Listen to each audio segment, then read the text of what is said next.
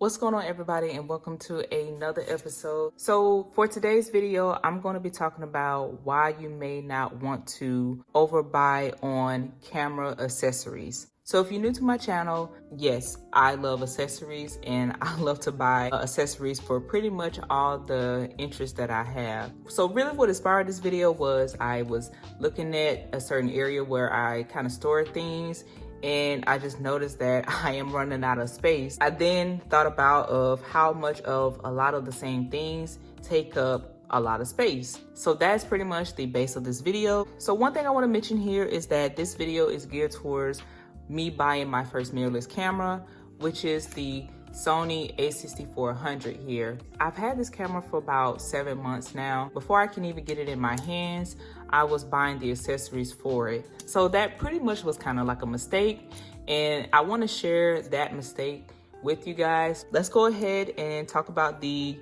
accessories that I have. So what you see here is just what I can pretty much fit in the frame nicely, but I do have some things on the side of me. Pretty much what I want to just show you the majority of what I have and what I just have too much of. Another thing I want to go ahead and mention is that after buying my first mirrorless camera, I've learned a lot of these mistakes from purchasing my second camera.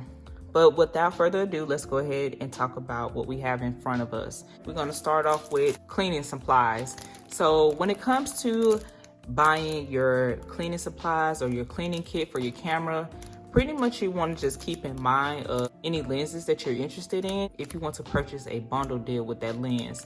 So I originally got this with my Sigma 35mm f1.4 lens here.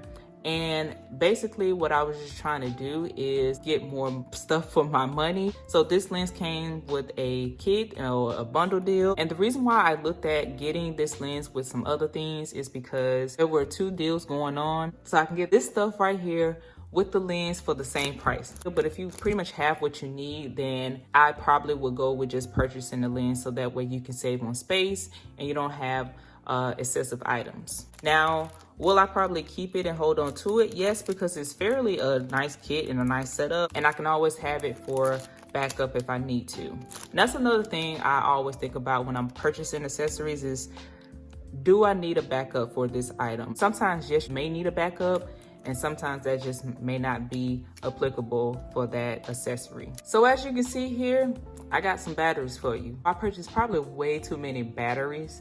I think I have a total of 7 here, included with the original battery that came with the camera. I actually didn't need to purchase all of these. You may find that some reviews may say get around 6. It all depends on how long are you taking pictures. Are you taking pictures and you're recording? If you are recording a lot, then yes, having more batteries is very important. But then also think about how long you are recording and gauge the battery usage. The original battery that came with my Sony a6400, which is the NP-FW50 battery.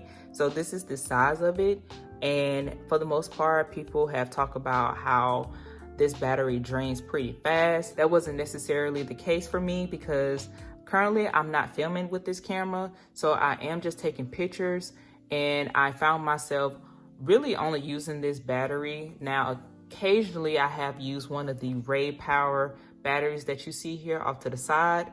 But for the most part, I will come back home, charge this battery and camera, and then it will be ready to go. There's just so many different reasons that you may consider. Do you keep your camera batteries charged a lot? If I can redo it, I probably will only buy 2 and just have 2 additional batteries and the original battery that came with it. So another thing that was included in this cleaning kit here was this spray, and what you would use it for is just to spray it on the lens. There are camera bodies that bundle these kind of things together, so just keep that in mind versus buying all this stuff separately. And the same thing goes for this lens and screen cleaning kit. So yeah, this is another thing that I probably wouldn't have grabbed, but yeah, it came with it. I can definitely give this away. So next I'm going to talk about here is, you may not can even tell the dust that is laying on this bag right here. So these are some body and rear lens caps. Once again, I overbought. I don't even know why, because I tend to keep up with the things that I have. 2 bags of body caps and rear caps. Like, This was just excessive and very unnecessary, but I did it, so now I'm kind of stuck with them. Again, unless I find somebody that really is looking for some extra caps or need them because they lost theirs, I would definitely give these away. Allergies kind of messing up now with all that dust. But next thing I'm going to mention here is the capture camera clip. I did an individual video on this particular accessory and I really like it. Do I think it is unnecessary to buy? No. But if you don't carry a backpack, then I wouldn't recommend this because it just really wouldn't fit your setup. Or you can clamp this on your hip, on your belt buckle. Now, in that regard, then yes, you may consider it, but just be honest with yourself and think about, do I really need something like this and how do I carry my camera? Do I use a neck strap? Things like that, or do you prefer to just use a wrist strap only? Then that's when you will either consider this or not consider it. But I will also leave the video to this accessory in the description for you guys to check out in case you're interested. All right, so next one I'm gonna talk about is SD cards. Now, I know, this is a must-have for your camera, but if you can manage how many you have and transfer your photos and your videos over to a hard drive or a SSD, a solid state drive, then I wouldn't buy too many memory cards because you can always reuse those. And that's something I really wasn't thinking about when I was buying so many. And these are just two that I have right here, of course, in the box, untouched, unopened. Of course, you feel like you need to keep several, then definitely do so. Think about how much use you can get out of that memory card before purchasing another one. I'm not saying don't buy like more than two. If you want to have like 4, cool. 5, sure. But again, if you don't take a lot of pictures and you're not doing a lot of filming, then yeah, you would probably just have maybe, I would say up to 4.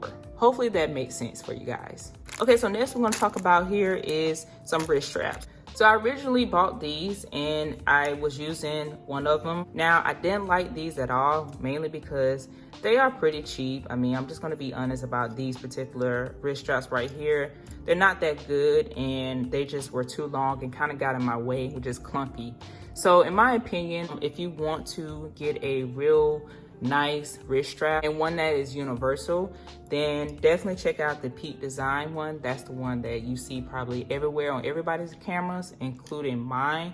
I have anchor links on this camera as well as my Fujifilm SS10. It was quality over quantity. You know, you want to make sure you have good protection for this expensive gear. Okay, so next we're gonna quickly talk about some other accessories that I have off to the side that I now can fit into the frame right here. So starting off with these accessories, I have video lights on each side of the camera body right here. So the first one I'm gonna talk about right here is the newer LED video light. Now, I've done a video on the ESDDI video light right here. This was the only LED video light that I've done so far. And I'm gonna be honest with you guys, it's cool, it's nice. It would definitely get you by if you need kind of a little bit of lighting, but it doesn't shine very bright. So that led me to checking out the newer version and see how it would work for me and, you know, eventually for my setup along down the line and doing some product photography. And that was another thing I wanted to kind of like enhance. Now, I haven't done a video on it just yet, of course, but I look forward to do it sometime later. Hopefully I can get to it. But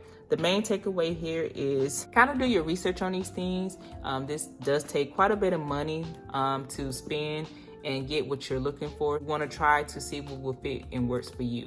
So moving towards the top here, what you can't see that much of is some filters. I have included these in other videos during the demonstration. Now, I only have 2, which is a good thing because filters, if you know anything about filters, they get very expensive. And sometimes it really is just quality over quantity. So I have the Quartz Line ND16 polarizer filter. This is the 67mm version.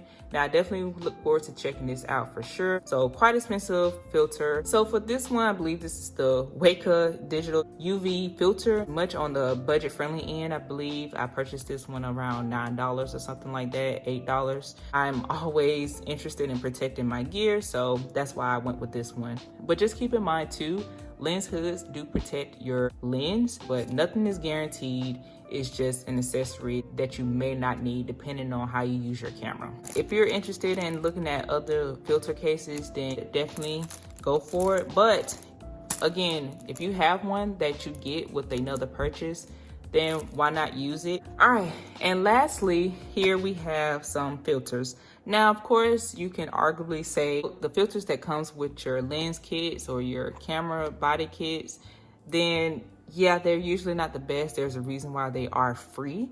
But if you want to kind of like test things out before purchasing a expensive filter, this could be an opportunity to use, but again, they are not the best usually. I don't know, I haven't even tested these out, but I'm just saying, like, usually they're free for a reason. I gotta be honest, but you just never know.